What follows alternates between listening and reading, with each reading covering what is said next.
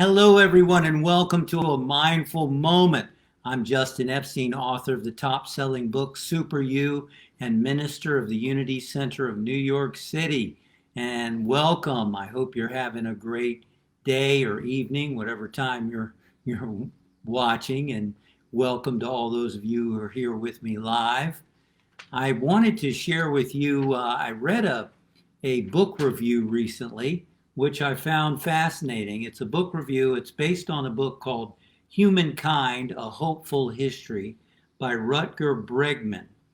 And what I thought was very interesting about this, he looks at the history of humankind and he points out that he goes against the popular idea that is in society that he says we can create a fairer, friendlier society if we'll finally stop telling ourselves that we're inherently selfish and instead accept the opposite.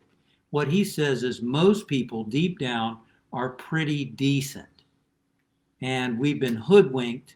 This is a reviewer's words. We've been hoodwinked into believing that civilization is a thin veneer guarding against the species' natural inclination to violent chaos. And I just think that's great because there is that whole idea. You might have heard, with the whole thing with Charles Darwin and discovering that everything's about survival of the fittest, but actually he only really mentions that a couple of times in his books, that he emphasizes it's human beings' ability to adapt and cooperate and so on. So anyway, this affirms that whole idea that we're created in the image of God, that our essence is good, our essence is love, and that's what we're really about. He says that the species, or the human species, has for eons self-selected for sociability and friendliness, and which is why Bergman names us Homo puppy. So our innate nature is to be with people, it's to cooperate, it's to make things work. He says that violence was rare among hunter-gatherer societies and became common only after the advent of agriculture and the shifts it created in notions of property and labor. Isn't that interesting? That before the way we've created society, people were not violent and they were cooperative with each other.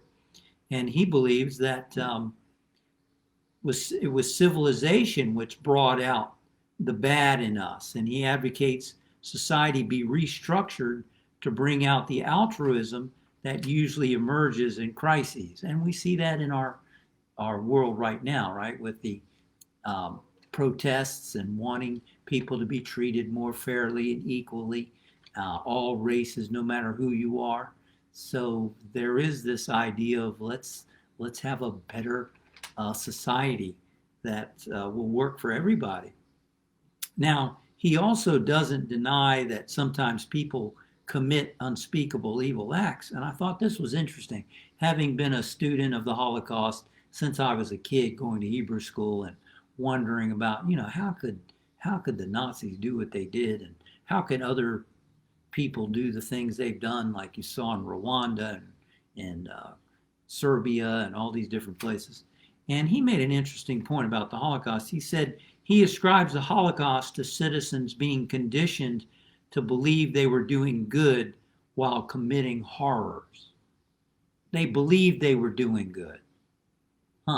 Innately, people want to do good, and but they believed falsely, obviously. So that's an interesting take on that whole thing with the Holocaust.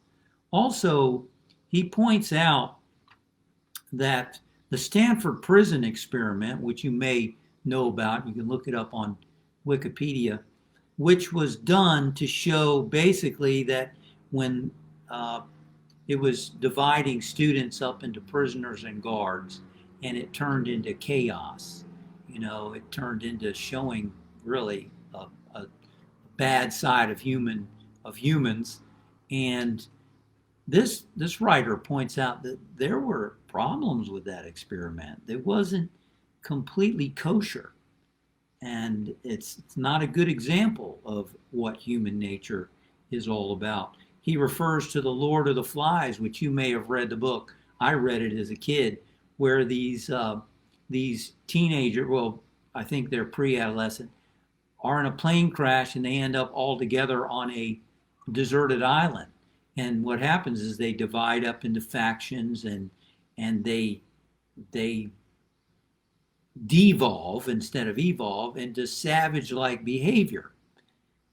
Whereas this man, and that was a famous novel, Lord of the Flies, written by William Golding in 1954, and it's still very popular and read by in high schools all over. And Bregman, the author of Humankind: A Hopeful History, he challenges that, because actually a decade after, I believe, The Lord of the Flies was written, Bergman actually discovered several schoolboys from Tonga, which is in the South Pacific Ocean, who were alone. They were shipwrecked alone on a remote island for more than a year. And instead of descending to savagery, as Goldman's group did on The Lord of the Flies, the actual castaways created a healthy, sustaining commune, complete with a food garden and a badminton court. So there you have a great example of, they didn't devolve into savages, they actually cooperated. So I think this book, Humankind: A Hopeful History, sounds very interesting and very hopeful for all of us. That deep down it affirms what we talk about in Unity and New Thought. Deep down, people are good at heart, people want to cooperate, and if left to their devices, they will actually, if not interfered with by society and other junk, negative influences, then they will actually be cooperative and work together. And I just think that's an awesome message. So I hope that was inspiring to you. I know I tried to cover a lot in a very short period of time, but have a great rest of the day, and I'll see you next time for another mindful moment. Thanks for joining me for a mindful moment. Every week, we upload new videos of mindful moments to inspire and empower you on your spiritual journey. Remember to like and subscribe to my channel so that you can experience more mindful moments as they go live. Also, click on the list above and you will see other videos of mindful moments so that you can watch and join me for a mindful moment on your own time, anytime.